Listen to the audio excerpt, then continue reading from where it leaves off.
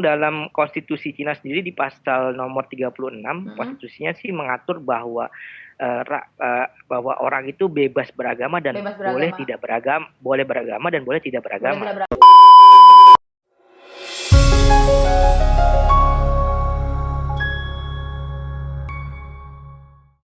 Assalamualaikum warahmatullahi wabarakatuh. Bertemu lagi dengan Afia di Dialog Hidayatuna. Apa kabar semua teman-teman? Semoga semua senantiasa dalam keadaan yang sehat dan dilindungi oleh Allah Subhanahu wa taala.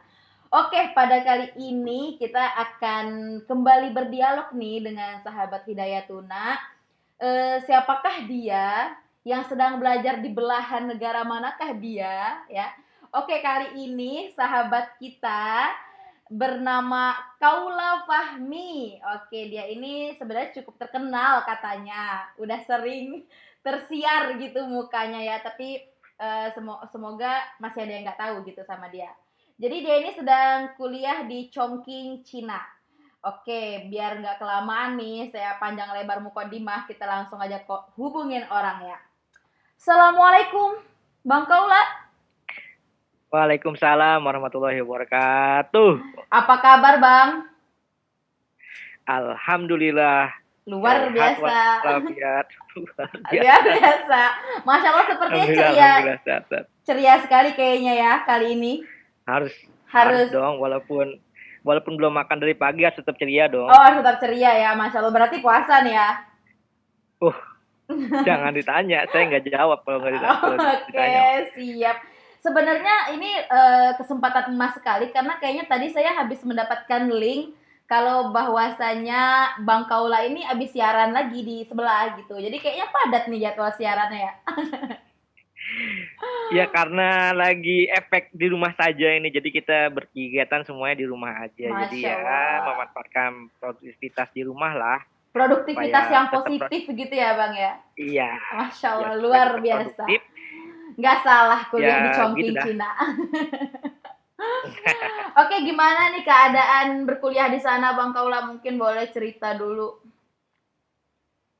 Ya kalau berkuliah di luar negeri ya seperti mungkin teman-teman cerita yang lain sama ya, mungkin akan dapat pengalaman baru, kemudian dapat teman baru, lingkungan baru yang berbeda ketika kita belajar di Indonesia ya. Iya, benar. Karena suasana kuliahnya berbeda, apalagi di negara yang kalau saya tanda kutip maksudnya Cina itu bukan mayoritas Muslim kan, dia itu negara yang ya minoritas lah Muslimnya. Jadi kita harus bisa beradaptasi dengan situasi yang ada dan juga beradaptasi dengan lingkungan perkuliahan juga, karena pasti ada culture atau budaya yang berbeda ya di setiap kampusnya. Mungkin itu sih. Udah berapa lama di Cina tuh Bang? Saya mulai kuliah itu 2018. Oh, 2018. Jadi sekarang ya 2020. Tahun kedua ya? Tahun kedua lah. Itu untuk S2 kan ya? Ya, sekarang saya sedang menempuh magister di sana, S2 lagi. Jurusannya sebenarnya Translation Studies. Ya kita fokusnya sih di linguistik terapan. Oh, linguistik. Tapi kalau fakultasnya Foreign Language and Literature. Jadi lebih banyak perkuliahannya tentang linguistik sih. Tapi tuh English literatur berarti pakai bahasa Inggris dong? English literatur. Ya cuma secara teori English literatur sih banyak-banyak. Majunya. Betul. Ya itu sudah jalurnya sih seperti itu. Saya sih menikmati aja walaupun di awal agak agak goyah ya. Tapi nih Bang Kaula kan Cina ini terkenal dengan negara komunis gitu ya. Lalu bagaimana kehidupan umat Muslim yang ada di sana?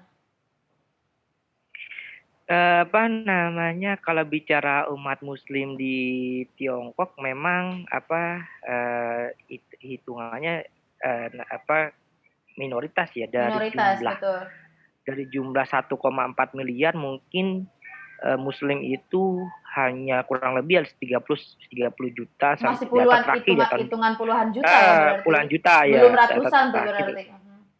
Belum ratusan, artinya kan cuma berapa persennya aja kan dari jumlah penduduknya. Nah di tengah situasi kayak gitu ya lebih kerasa kekeluargaannya sih. Jadi kita sih melihat Muslim Cina apa namanya lebih ini aja sih, maksudnya apa namanya ukhuwah Wah, Islamnya kita lebih kerasa heeh. gitu. Tapi Itu lebih aja. banyak Muslim penduduk asli Cina gitu. Jadi yang para mualaf atau orang-orang ini seperti orang Indonesia yang ke Cina gitu. Lebih banyak mana tuh?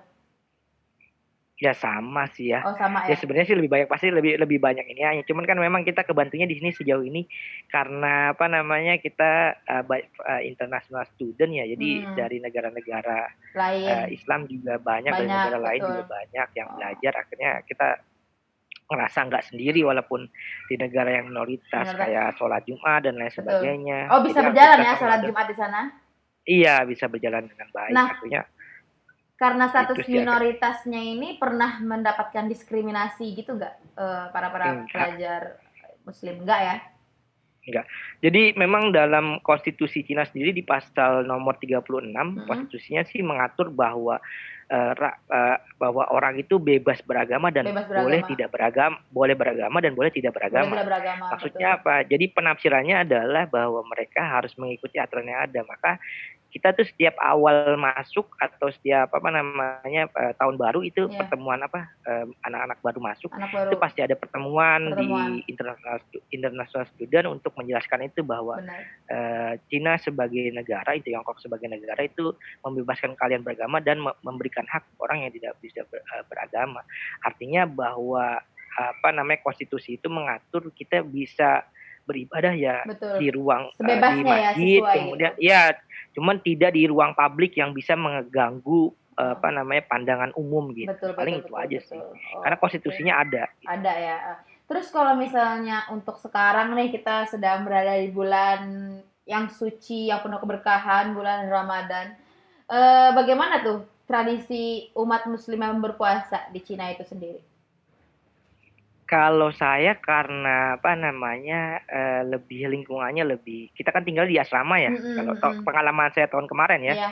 pengalaman saya di asrama itu karena lebih banyak deket sama teman-teman internasional student itu kayak saya sekamar waktu tahun kemarin tuh apa sama orang Yaman. Hmm. Jadi kita lebih banyak buka puasa nanti sama orang Yaman, Orang orang Sudan, Yaman. orang Pakistan, Berarti saking ini pendatang aja dari sih negara saling lain juga ya? ya maksudnya lebih banyak kumpul-kumpulnya gitu, Hmm. saling tukar kebiasaan misal Tukar di negaranya kebiasaan. bagaimana dan sebagainya.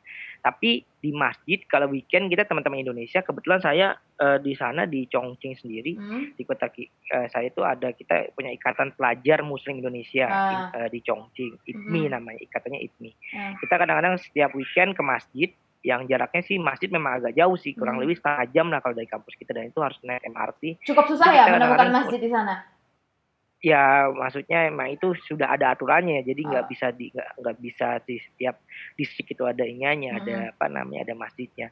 Akhirnya Terus setiap weekend kita kadang-kadang ya itu jadi PPT para pemburu takjil. baru Jadi kita tajir ke ya. sana buat makan gitu. Iya. Hanya setiap weekend Jadi kita berarti. rame-rame. Ya kalau misalnya ada kesempatan di hari lain juga misalnya memang tidak ada kegiatan, Hmm? kita bisa ke masjid juga. Jadi di masjid di sana di Tiongkok itu setiap harinya memang selalu ada buka puasa bersama gitu dan sholat Oh, oke. taraweh gitu. Oh, sholat tarawih juga ada. Nah, tapi Uh-uh. kan biasanya sesama umat Muslim nih di negara yang berbeda kan punya tradisi yang berbeda-beda juga ya. Lalu bagaimana di Cina? Hmm. Mereka punya kebiasaan sendiri nggak gitu? Ini untuk umat Muslimnya ya. Maksudnya yang berbeda gitu dari di Indonesia. Sejauh yang saya lihat kemarin sih nggak ada sih Nggak ya ada ya, berarti beda sama ya semua. karena ya karena mereka kan Sunni juga ya Oh Ahlussunnah wal iya, Jamaah. benar. Kebanyakan cuman mazhabnya saja yang berbeda. Mereka menganutnya mazhab Hanafiyah Oh, kan. mereka Kalau kita kan Hanafi. Syafi'iyah. Mm. Jadi Oh, apa paling nggak banyak kelihatan bedanya. oh nggak banyak kelihatan Jadi kalau perbedaannya ya? tradisinya ya tradisi kayak tadi buka puasa bersama, sahur, kadang ada itikaf juga di 10 akhir bulan Oh, apa itikaf namanya juga tetap ada? Ramadan. Hmm. Ada jadi ada sahur bersama juga gitu. Oh, Jadi ya ini aja sih indah aja. Ya oke. yang saya bilang tadi apa namanya selain muslim lokalnya terus teman-teman internasional yang sama-sama muslim juga banyak membantu juga gitu. Bang Kaula udah pernah menemukan belum misalnya ada temen nih yang di satu universitas atau di sekitar lingkungannya gitu. Dia orang Cina gitu ya. Hmm. Apapun lah gitu agamanya. Terus yang kayak ngelihat kalian tuh kayak menunjukkan rasa ketertarikannya gitu. Jadi kayak paling nggak nanya-nanya deh gitu tentang Islam. Ada nggak yang kayak gitu? Pernah nggak menemukan seseorang yang kayak gitu? Kalau lokal sih enggak sih, yang Lokal nggak lokalnya ada ya? kita terkendala sih, maksudnya Hmm, apa namanya? Karena tadi saya bilang mereka itu sedikit sekali yang bisa bahasa bukan bisa bahasa Inggris yang mm-mm. gimana ya, Iya lebih benar. Untuk banyak dialog gitu ya? kurang komunikasinya untuk Mm-mm. banyak berdialog. Jadi kita Oh, banyak dialognya sama-sama itu aja. oh, Cuman memang saya ada beberapa teman yang memang orang Tiongkok yang Muslim ya, ya yang teman-teman Muslim. mahasiswa Hmm. Muslim. Oh yang Muslim. Kemudian lopan-lopan atau bos-bos yang punya restoran halal itu kan Ah, teman-teman kita juga kan istilahnya ah. mereka yang Yang usaha di situ menganggap gitu kita ya? sebagai saudara Saudara, gitu. keluarga, betul. Jadi keluarga Hmm. sebagai sesama Muslim kan. Mm-mm. Akhirnya ya banyaknya sih berkomunikasi sama mereka Sama gitu mereka. sih. Hmm.